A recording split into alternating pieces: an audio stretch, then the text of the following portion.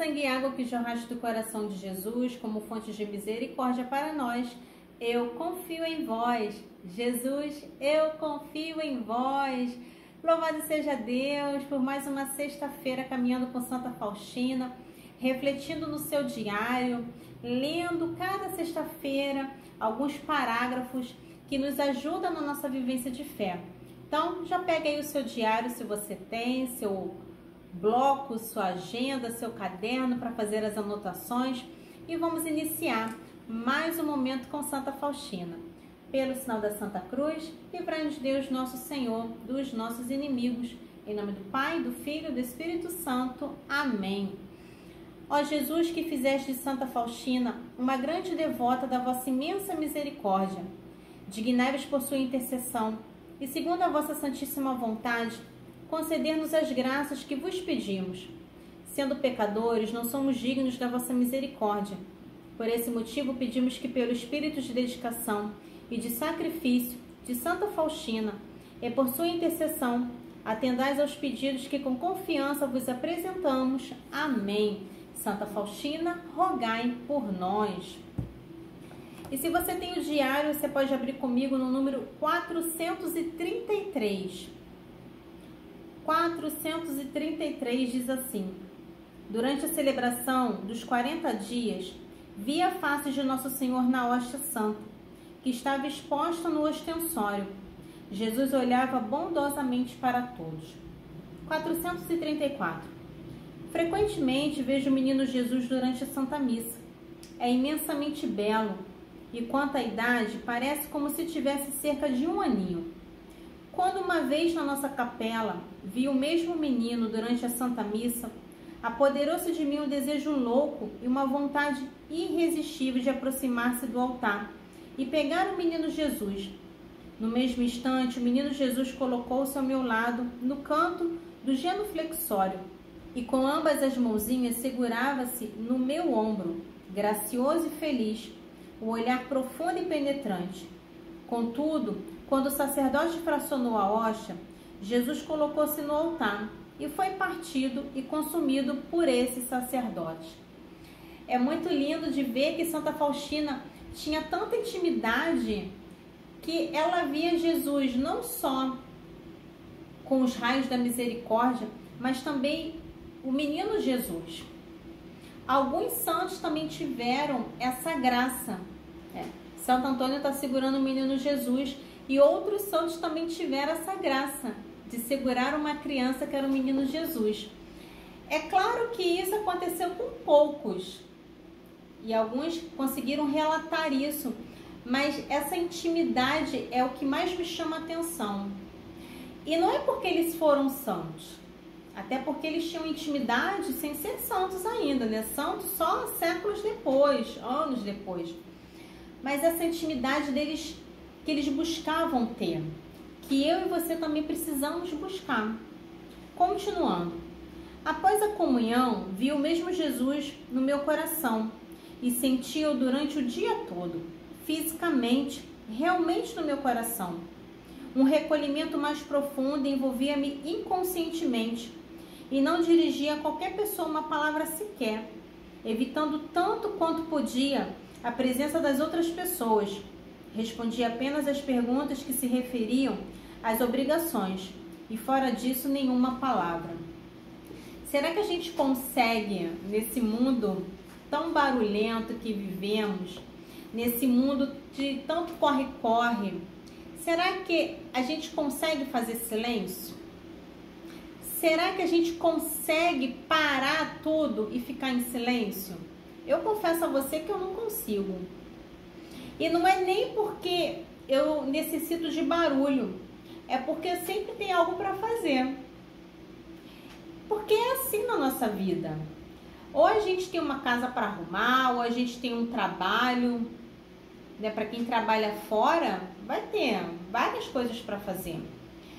E em casa, às vezes, também, né? Você que tem filho, seja pequeno, seja adolescente, marido, tem as tarefas do dia a dia.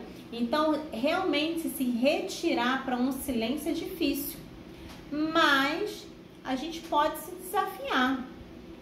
às vezes indo para um retiro, ou indo um pouquinho na igreja e ficando em silêncio. Então, fica a dica de fazer essa experiência do silêncio. 435. Pentecostes, 9 de junho de 1935.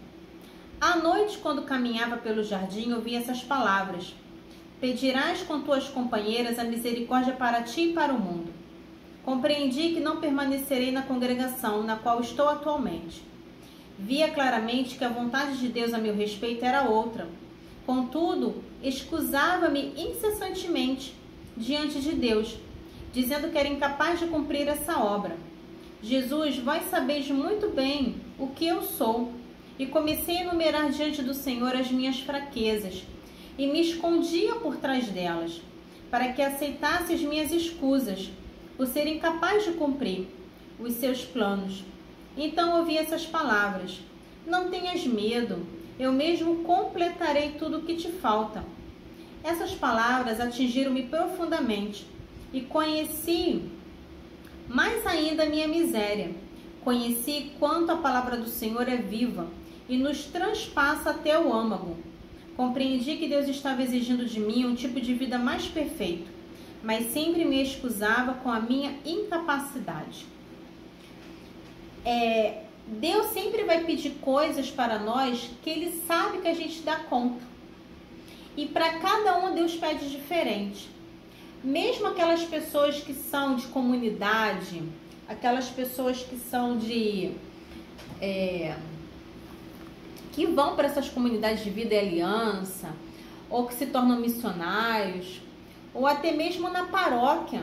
Ah, você é catequista, você é do dízimo, você é do apostolado, você é do grupo de oração, enfim. Mesmo que sejam funções diferentes, ou mesmo que sejam funções iguais, para cada um Deus vai designar um propósito. Deus vai te pedir algo diferente.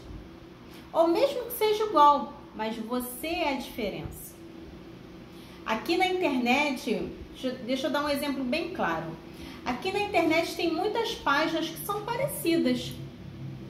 Tem pessoas que só pregam, tem pessoas que só dão catequese, tem pessoas que rezam novenas, tem pessoas que fazem devocionais, tem umas que só é para um determinado santo, tem outras que falam de diversos assuntos.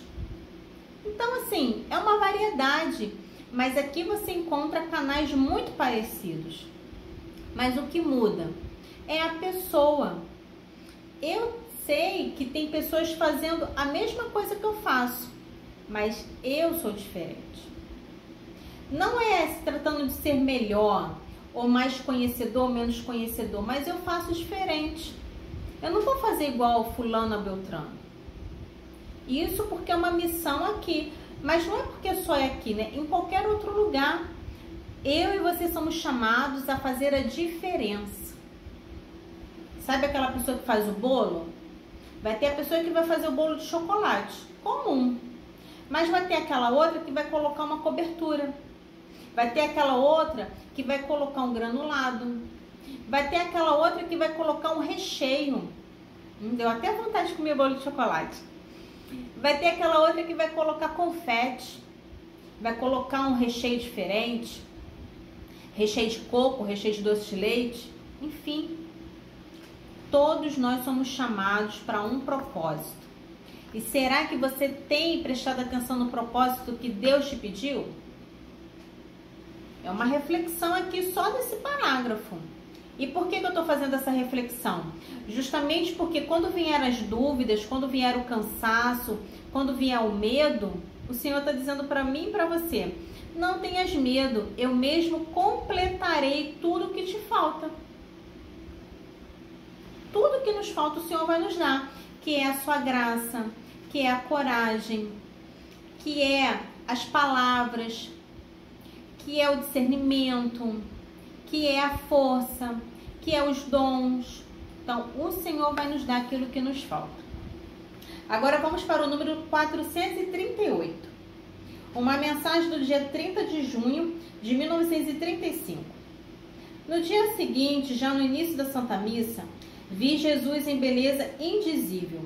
Disse-me que exigia que essa congregação seja fundada quanto antes, e tu viverás nela com as tuas companheiras. O meu espírito será a regra da vossa vida. Vossa vida deve modelar-se pela minha, desde a manjedoura até a morte na cruz. Mergulha nos meus mistérios e conhecerás o abismo da minha misericórdia para com as criaturas e a minha insondável bondade. E darás a conhecer ao mundo, através da oração, serás medianeira entre a terra e o céu. O Senhor dá a ordem e já quer que apresse. Por quê? Porque o Senhor sabe o quanto a humanidade carece da misericórdia, o quanto a humanidade carece do amor de Deus. É urgente. Por isso que hoje a gente precisa evangelizar o quanto antes. Mesmo tendo os meios de comunicação, a gente precisa avançar, porque a gente não sabe até quando. A gente não sabe até quando a gente vai poder evangelizar pelo meio de comunicação. A gente não sabe até quando a gente vai ter liberdade de ir e vir.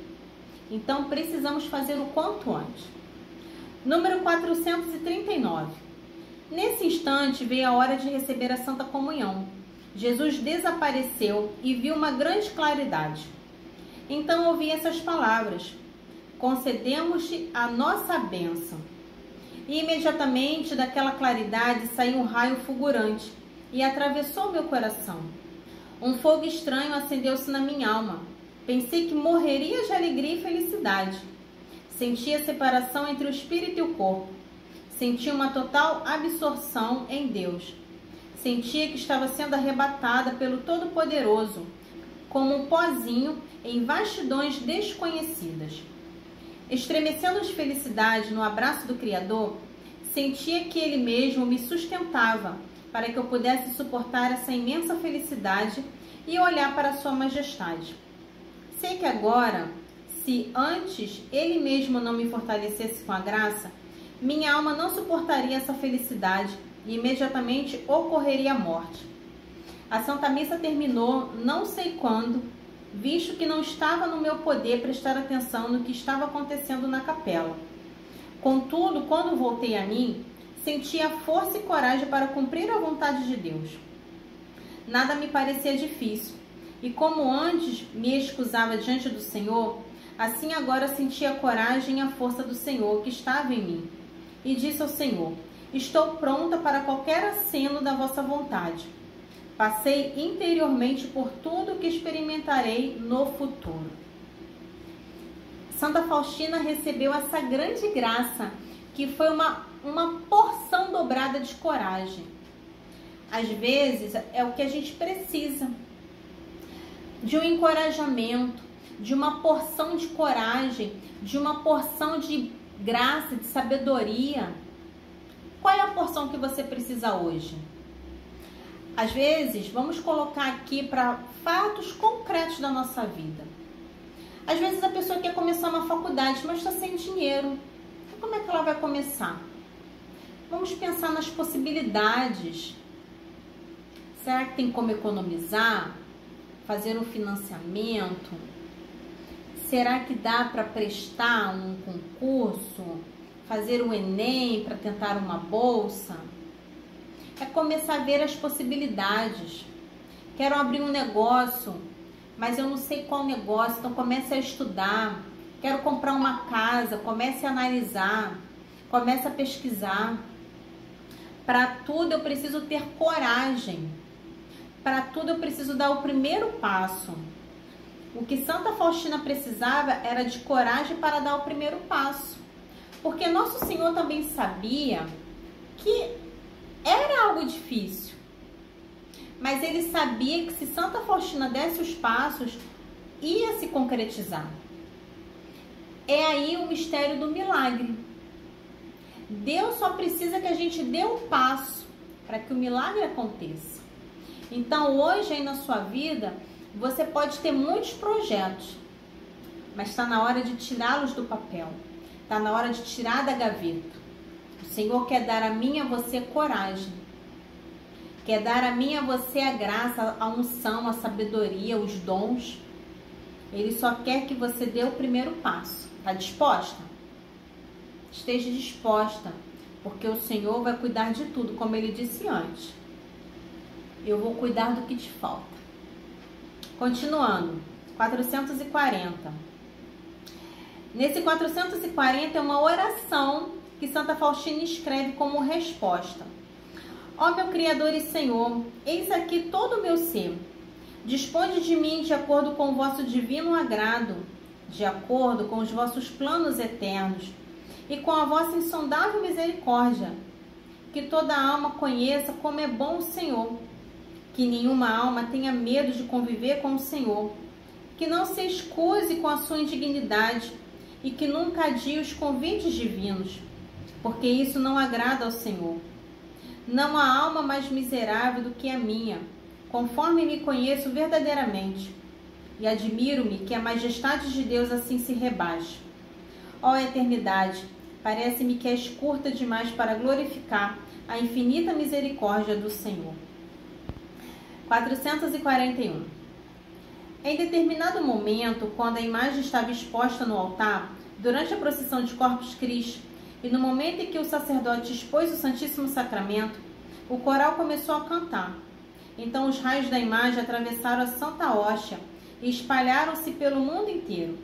Nesse instante ouvi essas palavras: através de ti, como através dessa hóstia, passarão os raios da misericórdia para o mundo.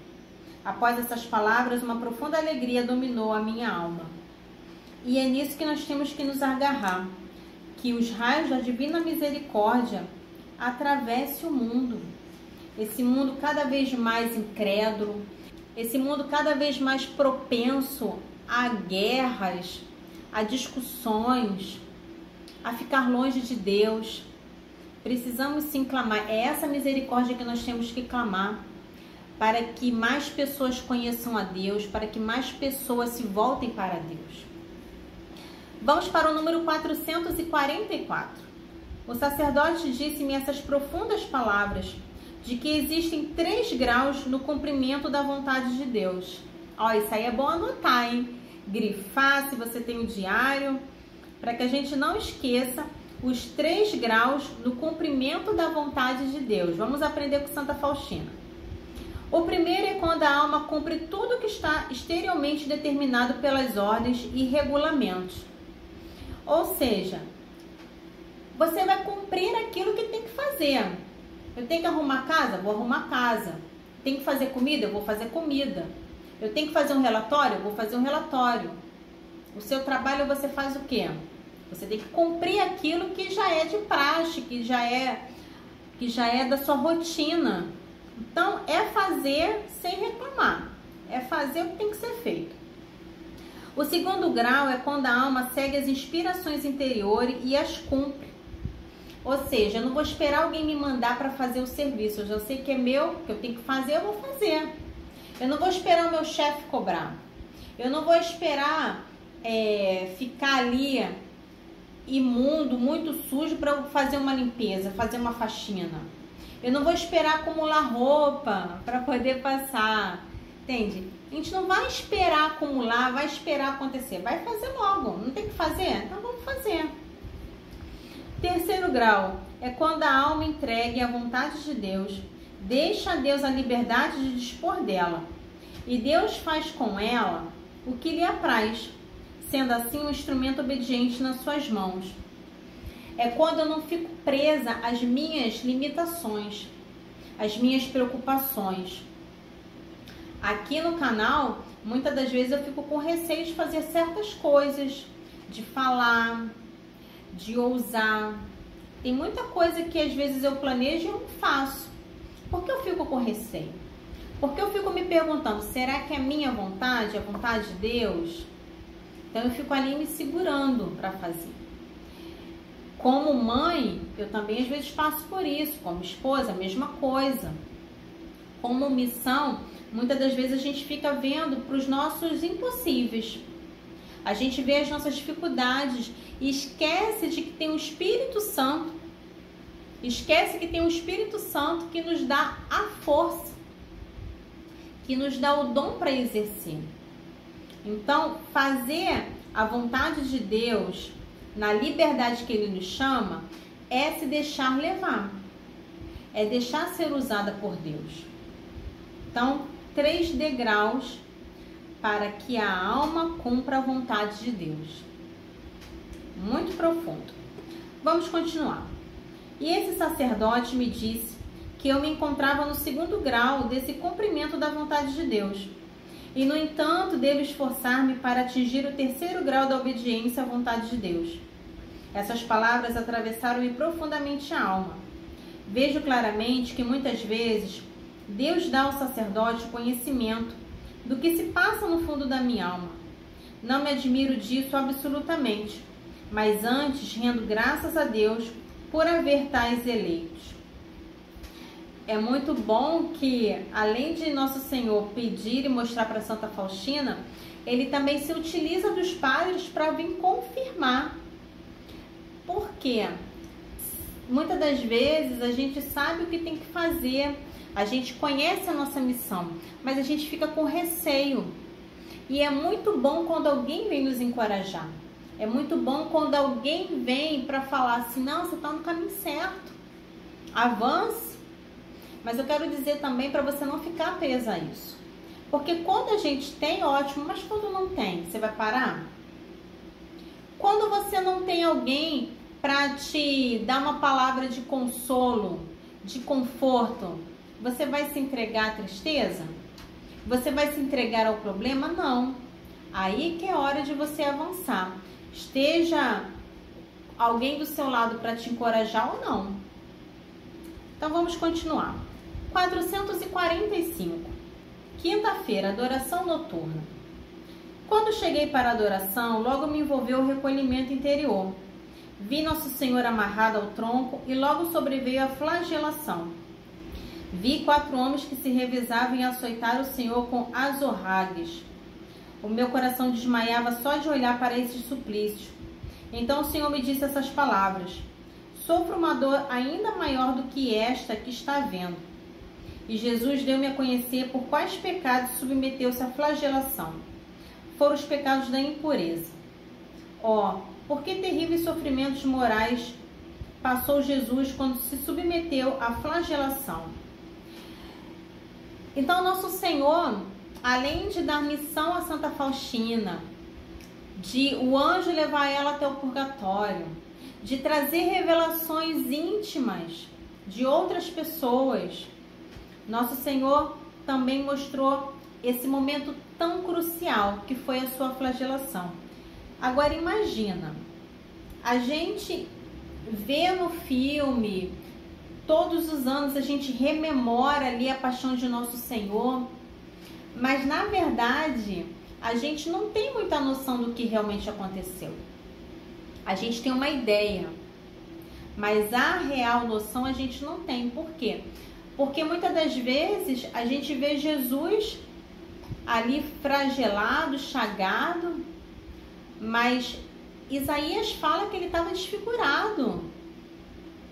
E eu não sei, eu só vi uma pessoa desfigurada em filme.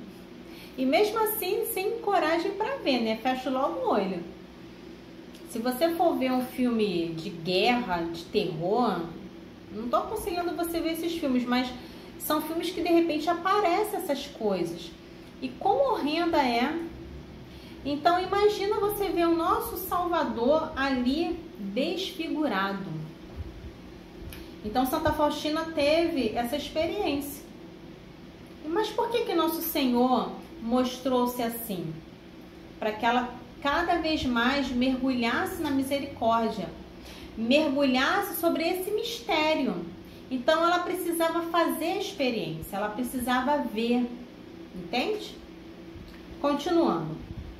Então Jesus me disse: olhe e repara bem o gênero humano na presente condição. Imediatamente vi coisas horríveis. Afastaram-se os algozes de Nosso Senhor e vieram flagelá-lo outras pessoas que seguravam nas suas mãos o chicote e castigavam sem piedade o Senhor. Eram sacerdotes, religiosos e religiosas e os mais altos dignatários da igreja. E que muito me surpreendeu. Havia leigos de diversas idades e classes. Todos descarregavam sua maldade sobre o inocente Jesus. Ao ver isso, meu coração entrou numa espécie de agonia.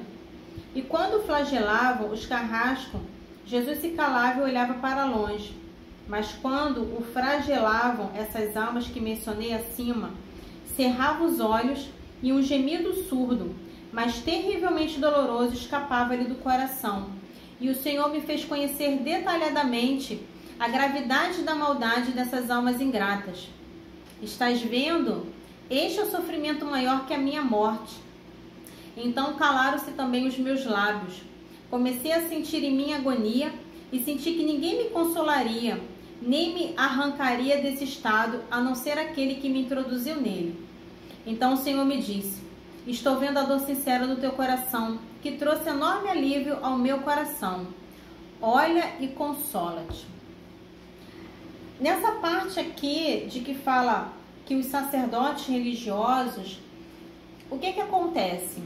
Quanto mais a gente conhece a Deus, quanto mais a gente se aprofunda, se a gente não vigia, a gente corre o risco de ser pior do que uma pessoa que não conhece. Porque a pessoa que não conhece a verdade, ela está na ignorância. A partir do momento que ela conhece e ela continua no pecado, continua no erro, aí aquilo se torna uma outra proporção. Porque uma coisa é uma pessoa que não conhece a Deus. Ela não conhece, então ela vive a vida dela normal, com as suas práticas, mesmo que ela esteja no pecado, mas ela não conhece a Deus. Ela está no pecado, mas a intensidade do pecado é diferente. Agora, quando eu conheço a Deus e continuo fazendo pecado, a intensidade é maior, porque eu conheço a verdade. Eu tenho conhecimento da verdade, mas eu estou fazendo mesmo assim o pecado. Eu estou mesmo assim praticando o erro. Então, é diferente. Mas, Alessandra, como assim é diferente? Uma coisa é eu saber dirigir sem ter passado pela autoescola. Eu sei dirigir, eu aprendi. Eu tô no erro? Tô no erro. Por quê? Porque eu não tenho a carteira. Agora, se eu tenho a carteira e continuo fazendo barbeiragem, eu vou continuar no erro. Porém, eu conheço as leis do trânsito. Eu conheço que determinadas situações eu vou ter multa, eu vou ter minha carteira apreendida, eu posso perder a minha habilitação. Então, entende? Por isso que um padre, um leigo, um religioso que conhece a Deus, mas que vive no pecado, o pecado dele é multiplicado. Por isso que eu e você precisamos estar em vigilância. Por isso que eu e você precisamos estar atentos para não magoar o coração de nosso Senhor. Porque se eu me entrego ao meu pecado, não faço reparação, não tenho um arrependimento sincero, eu vou estar mais uma vez maltratando o nosso Senhor. Tem um santo que tem uma frase muito forte, eu não vou lembrar agora o nome do santo, nem a frase na íntegra, mas fala que no inferno tem muitos ossos de sacerdote. É uma frase muito forte, porque como assim, né? Sacerdote? Mas justamente por isso, tem muito sacerdote. E aqui eu não vou falar só sacerdote, os leigos também.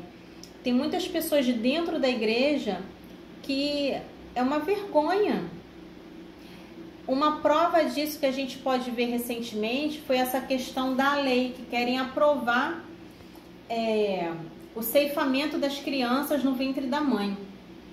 E quantos católicos são a favor? E quantos católicos que, mas no caso de violência, realmente tem que acontecer. Não, não tem que acontecer. Como católico cristão, eu não posso abrir exceção para pecado. Eu não posso abrir exceção para o erro.